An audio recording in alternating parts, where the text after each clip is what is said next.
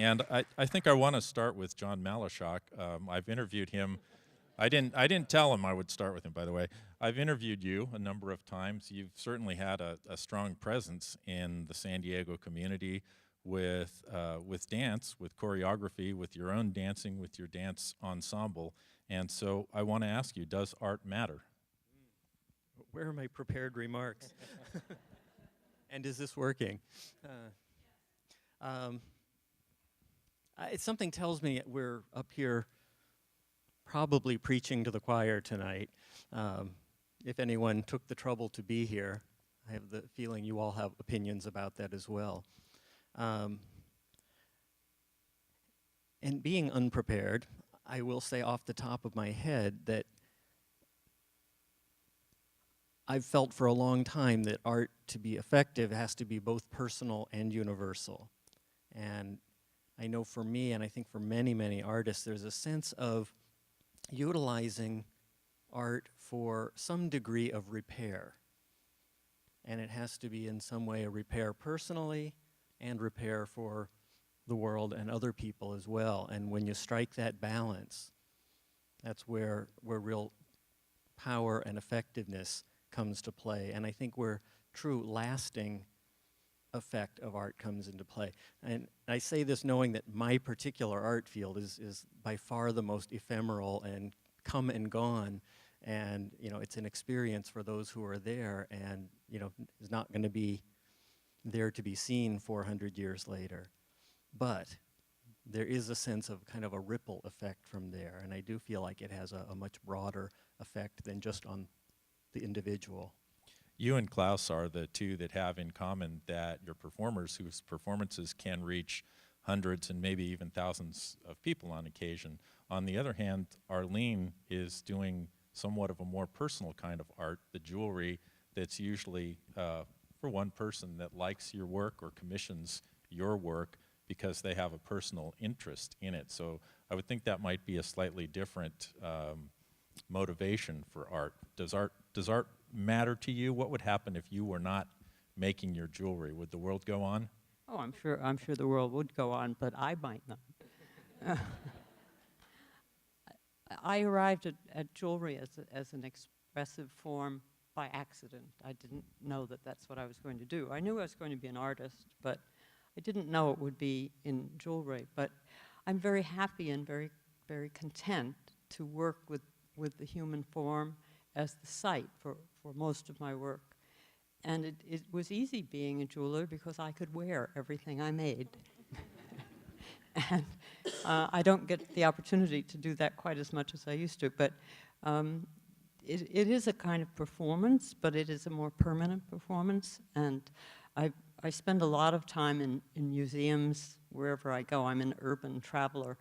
And everywhere there are collections of beautiful ornaments that adorned people, and you can learn so much about their culture and about what they were thinking by looking at the jewelry that they both made and wore. It interests me how artists ended up being artists, and Klaus Floride, who I should say, I'm pretty sure I saw the Dead Kennedys at least once, probably twice, but I don't really remember for sure, and that's kind of a product of the times, I think. But I'm pretty sure. I think for all of these people, or most of them, when I read about you, read interviews and read your biographies, for most of you there was a point where you made a conscious decision as to what career path to follow, and most, if not all of you, did start out with some artistic abilities or aspirations. So how did you settle on being a musician? It wasn't a conscious decision. It was funny that from the time I was, say, 5 or 6, I sort of pictured myself playing music because I was so surrounded from just my dad's record collection and stuff like that. It was always music in the house, and then I think the point where I said I want to do that was seeing Buddy Holly on the Ed Sullivan Show, and You know, Elvis, yeah, good. You know, Jerry Lee Lewis, a little crazy, but good. But Buddy Holly was, oh, there's a skinny guy with glasses, and I was skinny at one point, and people seemed to like him. But the thing also is that the the music was so different, and than I had been listening to around the house. Music was changing radically at that point, and I just didn't ever picture myself doing anything different. And then when the Beatles came along and stuff like that, was about the time I was sitting there doing my homework saying, well, I'm probably going to end up being a scientist or something like that, because I can't picture myself at 21 in a suit playing rock and roll, you know. Can't happen. And grown-up people don't do that. And but I had always had the day jobs that you have to support. Well, most people have to support an artistic endeavor. And when I finally gave up on the concept of making a living at music, but just doing it for fun, and that's when I got into the punk rock thing, because it was sort of like the same thing that was exciting about when rock and roll started. It was vibrant. It scared your parents, and I was an older guy for getting into punk. I was 29 or 30 when most kids starting those bands are 19. But the first time I played on stage, I was about 14, and it was when the Beatlemania thing was happening, and kids just were screaming, and I thought, I must be doing something right, and I'm enjoying doing it. The three of us in the band, this little band that we had, just loved getting together, communicating with each other, the music that we liked, and then having that reaction, and plus, it made me think later, and I'm rambling, stop me, but that one of the things about performing art, especially in front of an audience, be it theater or music, and music a lot of the time involves theater, especially punk rock, is that you get an immediate, visceral, there in your face response that a lot of non-performing art doesn't get the joy of seeing exactly what people going, you know, wow, you know, and jumping around and screaming and stuff like that. I think that made me, as soon as I became conscious of that, made me even more determined to make it what I was doing worth the response, and having it be so I could walk away not feeling just like they all like me, but I mean they like me for a reason, and they like what I'm doing, and that's when it started to become sharing. And punk rock also was about breaking down barriers between the audience and the performer. Thank you. I want to, well, you started out with Buddy Holly on Ed Sullivan, but you wound up in a much more visceral place than that, which I want to come back to in a few minutes. But Ani Patel, reading your story, early in your career, you were doing some research related to ants. And at some point in there, you went to your mentor and you said, I'm done with ants. I want to study the impact of music on the brain. How did you come to that? It's a common, yeah, it happens all the time. But how did you come to that decision? What piqued your interest in the effect of music on the brain? I should mention, by the way, you're an accomplished musician. You play classical guitar. You also play clarinet. So you may be an example of the effect of music on the brain. Well, you know, I sometimes interact with students from UCSD who come and look for projects to do. And the typical student that comes to find me is somebody who's kind of living in two worlds. So they're scientists, they might be a neuroscience major, but they're also a musician. They might be a double major, for example. And they say, you know, I have these two passions and they're just totally different, and I never thought I could kind of connect them somehow, and yet I realize now maybe there's a way. So could I come and work with you and do a project that connects music in the brain or music and science somehow.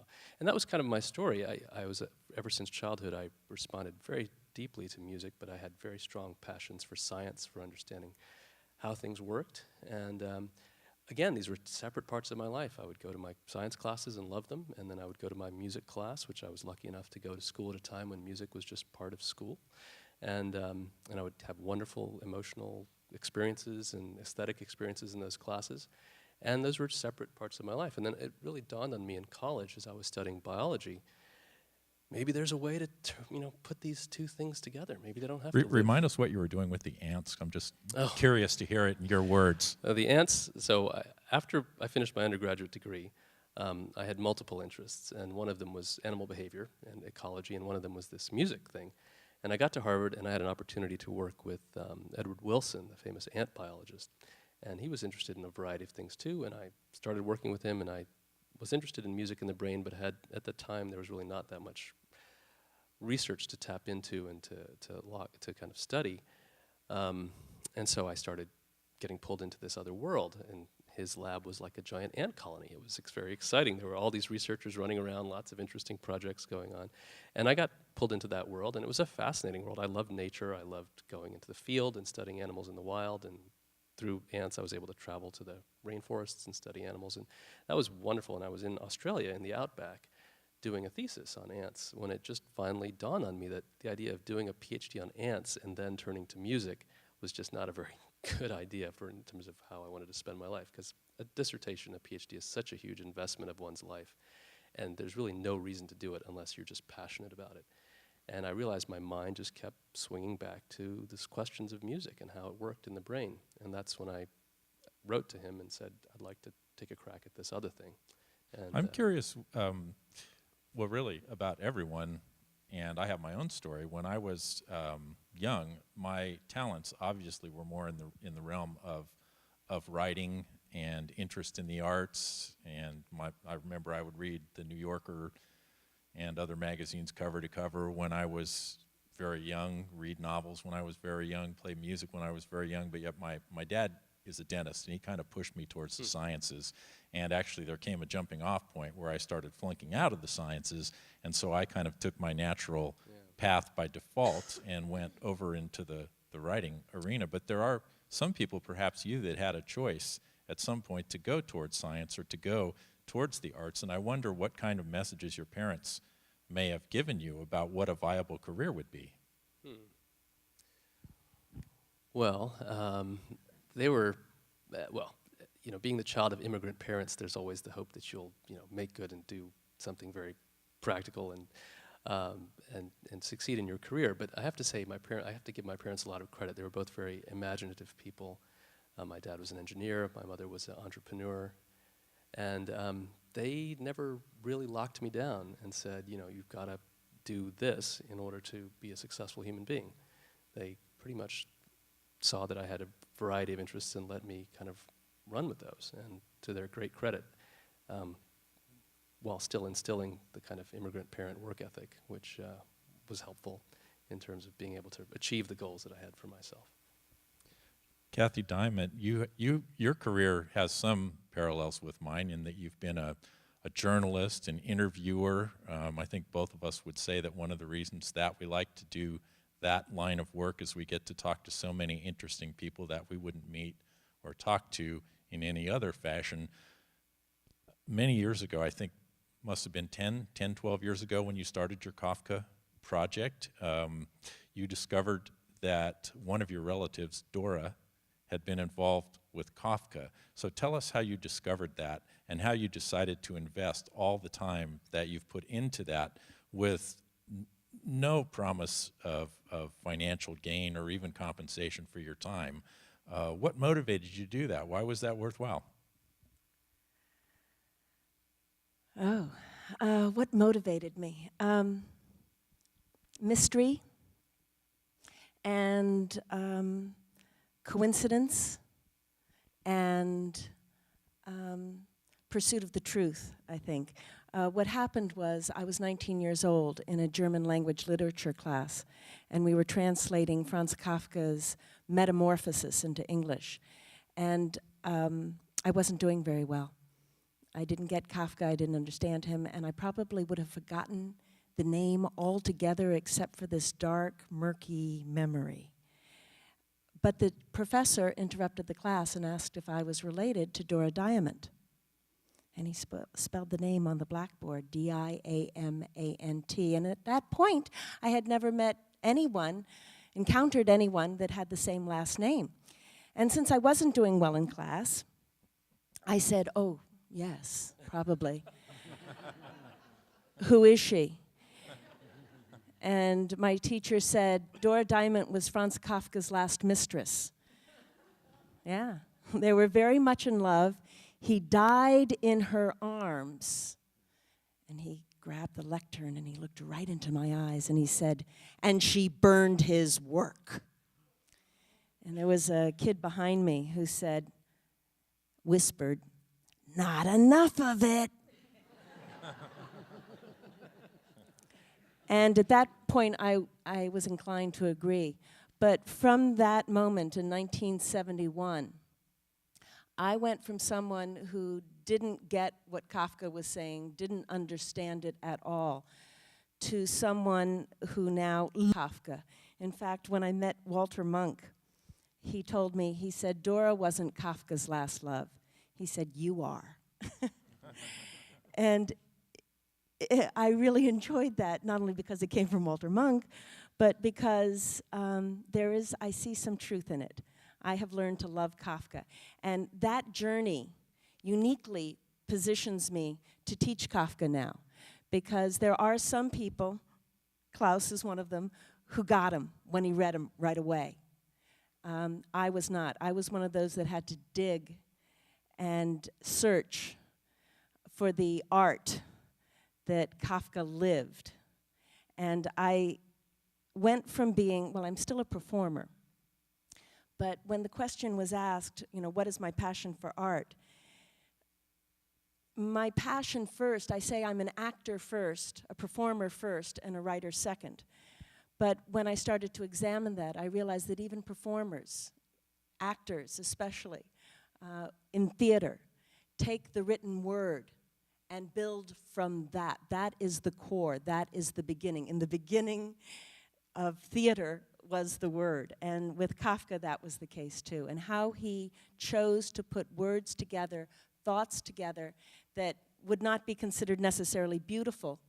They have certainly changed our culture. There has been a new book on Kafka published every 10 days for the last 14 years somewhere in the world. And it's all people trying to figure out, what did he mean? What did he mean? And that, I think, is the essence of Kafka's art and what has drawn me in. Vladimir Nabokov said that a really great reader, an inspired reader, a creative reader, is a rereader. And Albert Camus said that the whole of Kafka's art truly consists of making the reader want to or need to reread him. And that is where I think my real exploration of art came at a very personal level, even more so than theater. Thank you. Great. Very intriguing. We'll get back to that thought. Jim Hubble,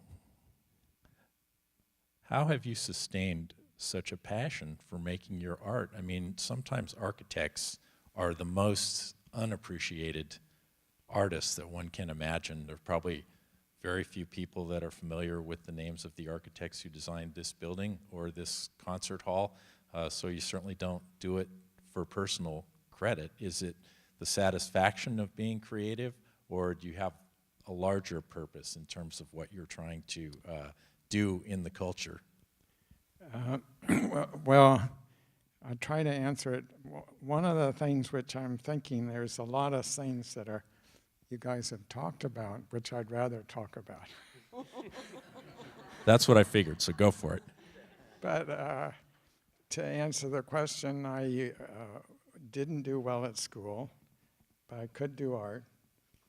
And I think it was really art and nature that got me through school. or helped me grow up. And because, if I didn't do art, I'd kick the dog. It really, I don't think it's a choice. You do it because it's part of your life. Is there something selfish about it in that it starts with you and satisfying yourself, regardless of where it goes from there? Yeah, that comes to one of the questions which John brought up. I think that the artist is sort of like a raw nerve of the culture. Or she is somebody that is overly sensitized for some reason, maybe like the ant, and reacts. So if things go wrong, if in their own life or in the world, they have to rethink it. What's wrong and how do you change it? And what they do is they write a piece of music, they write a poem, or they make something, and that changes the pattern. And I think that's basically a personal, selfish thing. But at some point, and some of those things become problems which exist in the culture that help the culture get through them. So there's that natural personal path, the personal satisfaction, and just But being it's not really satisfaction. being compelled, It's I a guess. disease. A disease. Okay, that's good. I like that. Well, since you call it a disease, I was going to go to Ani Patel anyway, and some of the many things that I've read about related to some of the work that you do are, for example, the impact that music can have on people that are recovering from strokes to help them get some of their language skills back when other things won't do any good at all. So that tells me that there's something really powerful in music, in art, and you actually have brain scans that show a bit of what's going on. So what do you think music is doing that other things won't do? Why does that work? Well, to build on something John said, this is a kind of intriguing connection between art and repair, which I think is an interesting way of thinking about art. I think you were speaking about it as repairing something in the self, something that has gone awry somehow. Well, music has these very profound connections to certain aspects of our experience, to movement. All over the world, people move and dance to music. That's just and starts in childhood without any special training, and then, of course, it develops with training, but the impulse is there. And it's interesting, you might think that's such a basic aspect of our response to music, in some ways so primitive, and yet it seems other animals don't generally have that response to music. Except you did find one that I read right, about. we've done some work with a cockatoo. A cockatoo that dances to music. But dogs and cats and our familiar animal companions don't seem to have this bodily response to music, and so there's something quite sophisticated about it. But that can be used, and is used now in therapeutic ways to help patients that have movement disorders. So, for example, patients with Parkinson's disease that have trouble walking, starting walking or continuing to walk at an even pace, or they might have balance problems or symmetry problems. It turns out that music with a steady beat helps them move, and what they do is they coordinate their movements with the beat of the music. And how that works in the brain is still a bit of a mystery, and we're very interested in that. But it's somehow this pathway connecting sound and movement is getting around some of the brain problems that they have. I have to say that most, if not all, of my heroes in the arts are people who were considered totally dysfunctional when they were kids. They were the kids that threw spitballs. They were kids that yelled at the teacher. They were kids that got sent to the principal's office. They were kids that drew graffiti on stuff in the playground. And I have some ideas about how teachers should or shouldn't handle some of those kids, but I wonder what your research shows about the vital, maybe even just suspicions that you might have about how in a time when we tend to be cutting the arts, it seems like the arts would actually have a tangible impact on behavior. Well, your comments remind me of this film I just saw on it's something called El Sistema. It's a program for music education that's been developed originally in Venezuela. And it started off in areas with very poor children that normally might end up in gangs and so forth. But by introducing classical music very early on in their life and providing them with an instrument, a lot of these kids end up in these youth orchestras, essentially, and it's transformative in terms of their life. So, you know, this is not something I do research on as a brain scientist, but it seems clear that you've got these kids with this kind of energy and impulses to be part of a larger group, to belong, to show off, to make something, to create something, to make an impression. And if you give them a channel that they can do that creatively and aesthetically and make something positive and beautiful, they have a huge response, you know, and because the child brain is seeking out stimulation and emotion, and if it doesn't get it one way, it's going to get it another way, right? I always thought that you would have a huge financial benefit from front-loading the art, and that you'd actually at the back end have far fewer people in prison that you're spending $80,000 a year to keep them in prison. Do you think? Well, this is way outside my area of expertise. Dirk, I want to just say for a second. First of all, I was a pretty good kid. You can ask my brother Ron. How did you make it? I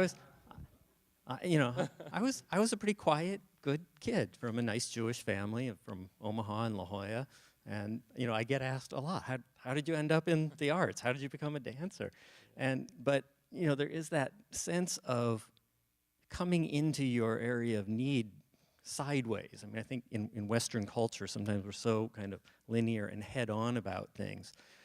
You know, I mean, in my case, I didn't grow up with a lot of opportunity for expression.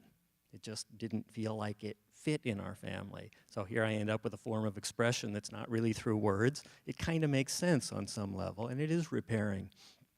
But what's really interesting is that all of the art forms have a therapeutic potential, but you know they all seem to kind of speak to the different ways of learning. I mean, music is just not going to do the same thing for one kid or one adult that it does for another, and visual art is going to do something different. It's going to tap into something. It's like the way you see different ways that people learn. I see it with dancers. Dancers, for the most part, are very visual learners, but some of them have to have everything explained, and I mean, you know more about all the different ways people learn. Yeah. No, I think that sounds exactly right, and the particular art that is going to excite a child is going to be different from child to child, and so I think imposing specific arts on children, it may not be great, but giving any child an opportunity to pursue what excites them is a great idea. And it pays back. I mean, I was just having lunch with the director of the San Diego State Music and Theater program today, Donna Conity, and she was saying there's now an emphasis at San Diego State in putting more arts back in the curriculum, and not just pushing science and technology, because and this is coming from the business world. They're saying, look, we want creative people. We want problem solvers who think, you know, outside the box, who have some imagination, who sense the kind of, all the vague things that's so hard to quantify about intelligence, and that they see arts as fundamental to creating those things. If I can also add, they make you smarter. The arts make you smarter. There was a study done, I think it was released in 2009, between University of Santa Barbara and University of British Columbia in Canada, and the headline that was published was "Reading Kafka Makes You Smarter." And what they did was they gave cognitive skills tests before, then had people read surreal writings. In Kafka's case, it was a country doctor, and then gave the same cognitive skills test afterwards, and those people who had read a story by Kafka tested much better than those who had not, who had read a story that made sense. And they found that the brain wants to find meaning. And if it's not there in the story, it will continue searching for it in other fields, in other areas. So we've learned that reading Kafka makes you smarter, ergo the arts in general. I should have read more Kafka before the SATs. I was thinking also about the Mozart connection also, where there were studies that people who had Mozart playing in the background while they were growing up or whatever, through some, I'm not sure exactly how accurate this was followed through, but apparently tested better in certain levels because it's such a of structured sort of, it's a different structure of thinking, and it uses, again, tonality instead of just numbers and words and stuff like that. And I was also wondering if your field led you towards the thing about people who have trouble with stuttering, who can sing easily. Yeah, that's very fascinating. So that's another, we're talking about how music connects to some fundamental aspects of human life. Movement is one, but language is another. And yeah, that's an ancient observation that some people who stammer can sing. And I think some of you may have seen The King's Speech, that film that was so successful recently. And that's part of what they did to help him overcome his stammer, was the singing exercises. And yeah, and there's clearly this kind of symbiotic relationship between music and language in the brain, where what you do with music can affect your language skills. And that's also being used in therapy for people that have had strokes and have lost their language abilities, that using a music kind of singing-based therapy seems to actually retrain certain parts of the brain that normally do more song-like functions to actually take over for some of the damaged speech areas of the brain. So this is partly what we're exploring here at the Institute, is because studying this relationship and understanding how it works is probably going to lead us to do better therapy ultimately when we understand those mechanisms. There's kind of two types of artists that I met, some of whom are very public friendly and more than willing to do interviews, more than willing to do their own publicity and put the word out there. And there are other artists who think that public attention and any effort to market is somehow a compromise, and that if you get too off on that track, then you're a product and not an artist, and you're taking energy away from your creative process. And Arlene, since your jewelry is probably one of the things that's the most in a category that could either be art or a product, is that a kind of debate that you've had? Does trying to sell your jewelry compromise you as an artist? No, because I don't sell it. I mean, I've never been an entrepreneur. I learned that very early. I was an artist. In the second grade, I won a gold medal for painting, and I thought, yes, this is for me. And so my path from then on was very straight. But I also learned in my teens, when I was working in the summer in various kinds of retail things, that I was absolutely hopeless. I can't sell anything to anybody. I don't care about it, and I'm not successful at it. So I've steered clear of that totally.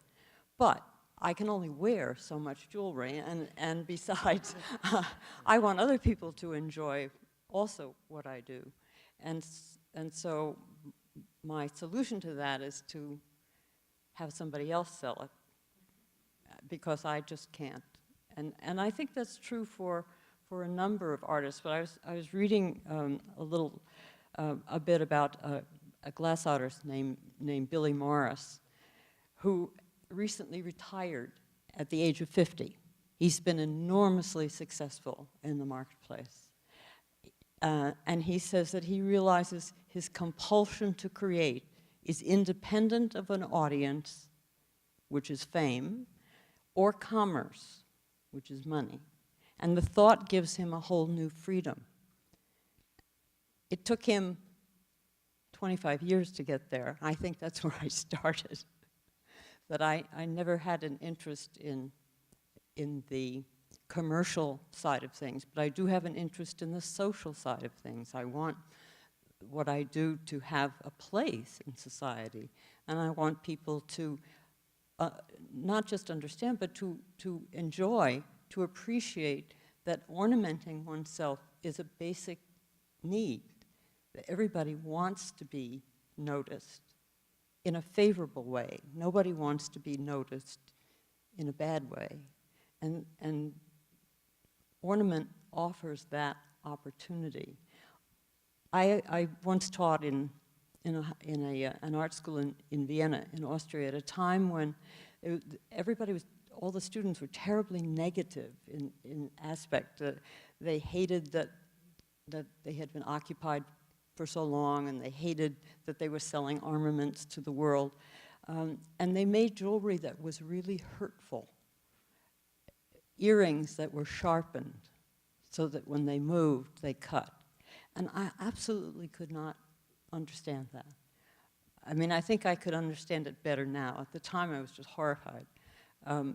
But I can see that it has a possibility for social message, but I think it also has to be a positive message rather than a negative one. And it's the positive aspect of it that I really enjoy. Klaus, it strikes me that at some point there was a turning point for you, because you mentioned that you were smitten with music partly when you saw Buddy Holly on the Ed Sullivan Show, and I love Buddy Holly, but he's definitely a pop singer and kind of a lovey-dovey singer and not a provocateur, even as much a provocateur as Elvis would have been with his Elvis pelvis on stage. The groups that you were in up until the Dead Kennedys were, by comparison, probably much more middle of the road. So why did you decide to perform in that band? Why did you decide to name the band the Dead Kennedys, which was not a middle of the road name that got no response at the time? And how did you guys come to view one purpose of your music, at least, as being political and social, with songs like California Über Alles? I think the turning point for me wasn't so much, I mean, when I started to get into punk, it was, again, like I said, it was the excitement of the energy of the music, and it was still within, I could play it easily and enjoy just sort of watching the mayhem once I was in the Kennedys. Getting in the Kennedys and naming it the Kennedys was, we did want it ourselves heard and out there. We wouldn't have put records out if we didn't want to share it and have people know about it. I think the idea of people being called sellouts, like Green Day, for instance, when they went from the little minor label to a major label, the place that they used to play, that was their home base, Gilman Street, said they weren't allowed there anymore because they sold out. And yet, what they had done was they had not been told by the record company to change the content of their music, the sound of their music, what they said. None of that was changed. The only thing that changed was they had better recording facilities and they could sound better. It's like a painter getting better paints, or a sculptor getting better materials to work with, a sculptor. They reached a lot more people, but they didn't do something that they didn't want to do because a label was telling them to do. That's when you become a sellout. If you change your art, whatever it is, in order to move it, and it's not exactly what you want to be doing, then I think you're hurting not only the people, you're insulting the people who buy it, but you're also hurting your own soul and your own self.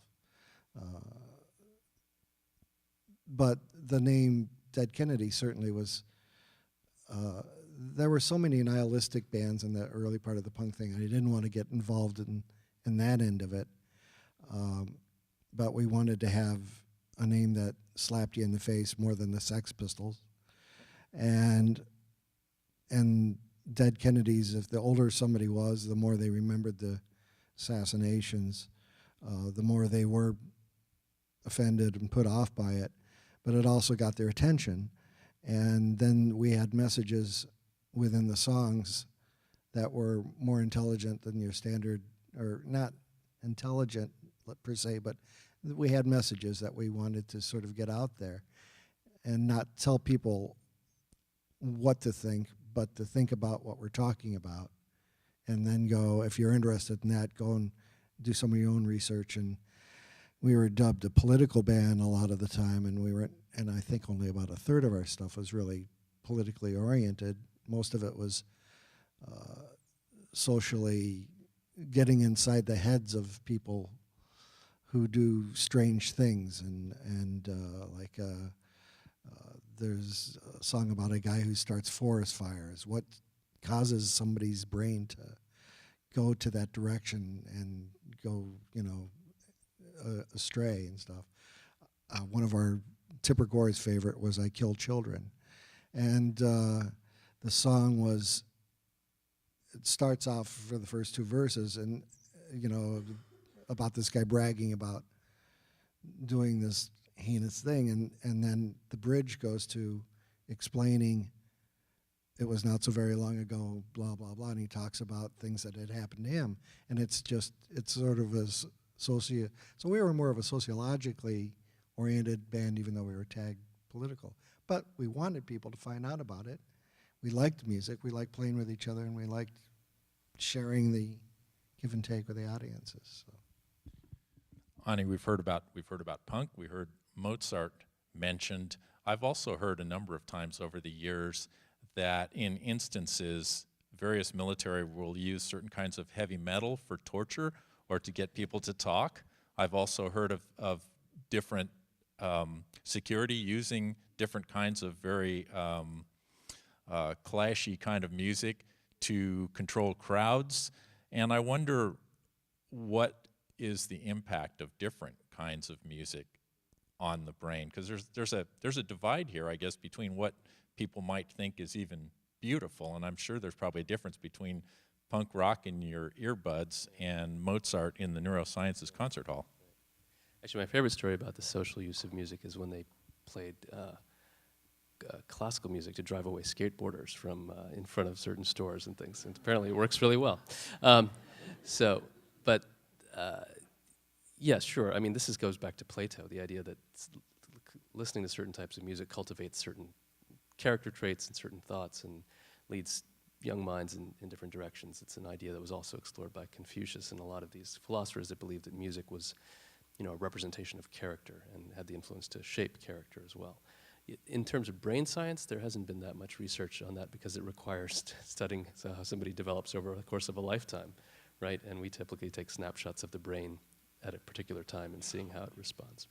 But if I could just turn the conversation a little bit to a different topic. So one thing I've heard that's really interesting from all of you is that this kind of dialectic between the art as the individual impulse, and it doesn't matter if the audience appreciates it or not, and you have to do it. It's like a disease. It's just something that comes out of you.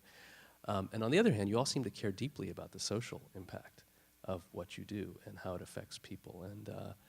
And that's really interesting because it suggests that art is kind of it's always even though you do it because you have to do it in some sense, there's ultimately a dialogue. It's ultimately a dialogue between you and a larger audience that you really care about. And maybe. I was just thinking of going back a little bit to what Marianne was saying at the very beginning about beauty being a dirty word. In the performing arts, there's sort of the comparable word accessibility for many, many years. Accessibility in music, in classical music, of new music rather, and modern dance, and even new theater. It wasn't taken seriously. And it was almost denying the fact that the audience is really what finishes the work. That it's not a one-way street. It's just not done. And, a book isn't done until it's read. I mean, it's reread, yeah, or reread. Yeah. But the back and forth of it is what. And it's interesting to me what in culture has changed to allow for beauty again, or is it still a dirty word? I don't know. In music, accessibility stopped being so much of a dirty word, not all that long ago. In dance as well. Well, if you think about the impact that beauty has on people, I think that it certainly has no reason to be considered a dirty word. So one thing I'd love to hear more from James, actually, is something that we started talking about before the conversation, was a school you started, or you've been involved with in Tijuana, and I was really intrigued by what you said about the role of beauty in creating a kind of space where different people from different backgrounds could come together in a kind of a good way at that school. Then, can you talk a little bit more about that? Well, I've been involved with a school in Tijuana for probably about 20 years.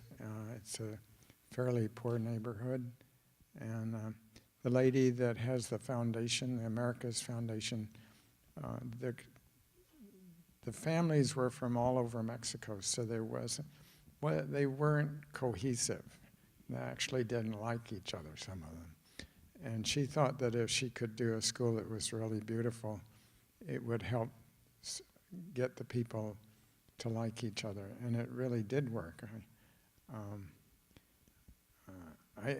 I remember, this was years ago, talking to an architect about Del Mar. I think it's changed, but he was saying that Del Mar was kind of unique because you had all different kinds of people. You had teachers, you had businessmen, and you also had Mexican families, and it was all a mix. And he said, the only reason I can think that they all like to be together is because they're next to the ocean.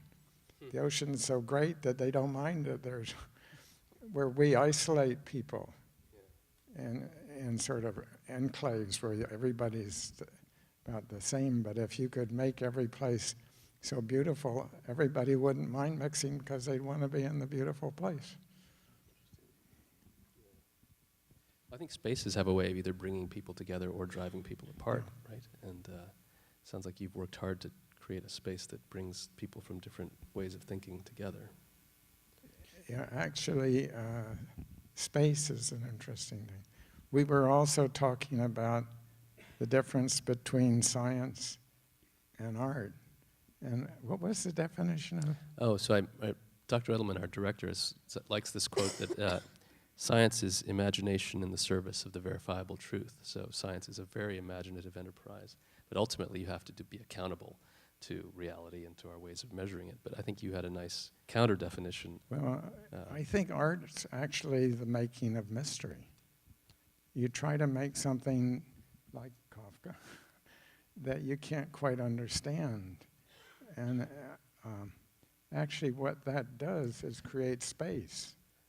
And space is where things begin to happen. Yeah. And I'm fairly sure that art and religion basically are about creating space so the human soul can move to a new place. It's really interesting. When you say it's something that art is mystery, I think there's different kinds of mystery, though. There's the mystery of things that are just completely impenetrable, like your first encounter with Kafka, and it's like, what is this about? You know, and that's not a very satisfying mystery. But if you have a mystery that you see some clues, you see some things that are very meaningful to you, you can't always pin them down, but they have a lot of resonance for you, then that is more of the kind of mystery that seems to be satisfying, right? Well, I think we're all human beings and we all share certain things. You know, we share being sad and miserable and being happy. So I think but there is art that's, you know, it's like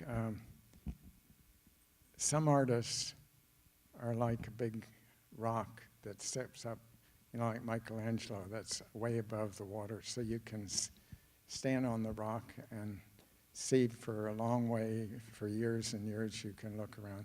Some artists are on a little rock that's buried down in the water, so you can't see anything.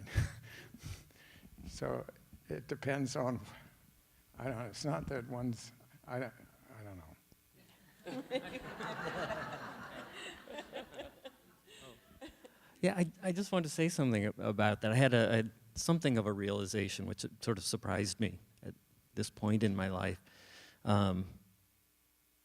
Yeah, I've always had sort of somewhat pessimistic countenance about things. You know, if I was looking for a parking place, I'd say, "Oh, I'm never going to find one." But you know, somewhere in the back of my head, I was saying that so that the opposite would be true.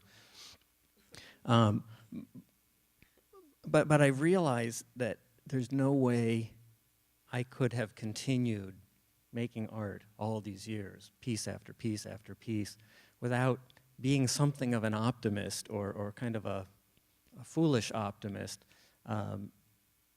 in thinking that there's always some answer to get. I don't see what I do as trying to make mystery. It's trying to find an answer, but fortunately, my discipline, or the discipline of any arts, prevents that from happening. And, you know, and that's kind of the beauty of the tension of it. It's also, I think, living in uncertainty.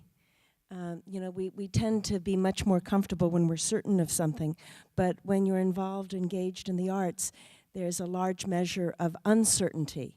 What is this painting going to look like? What will this why did that character choose to say that line? Why did the playwright give the character that line?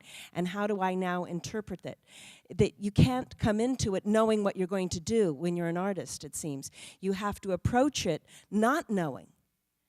And that's part of the mystery, is entering into the performance of your art, whatever that is, not knowing what's going to come from it, and allowing that to bloom. Do people, what do you think about the idea that art that reaches more people has more impact and more power to change society, and art that only reaches a handful of people is kind of like a tree falling in the forest with no one around? I mean, it's wonderful to sit up here and talk about all the profound and spiritual consequences of participating in art or engaging the public in art, but personally I always find it very frustrating the nth of a percent of San Diegans who actually engage in performing arts or sculpture or painting when it's all around them on display. So do you guys get frustrated that more people don't partake? Well, there's an organization called United States Artists, which is a funding organization, a philanthropic organization. And before they began dispensing, yeah, nobody knows about it, but dispensing grants, they did some surveys, and this is what they discovered, which is really quite amazing. It found that 96% of Americans value art in their lives, but only 27% value artists. Now, isn't that a curious thing? I mean, how can you have art if you don't have somebody making it? Many perceive the making of art as a frivolous or recreational pursuit, yet they value art in various forms, in all of the arts. And many support the arts as vital to their community, but they don't treasure the people who make it. And I think that's so curious.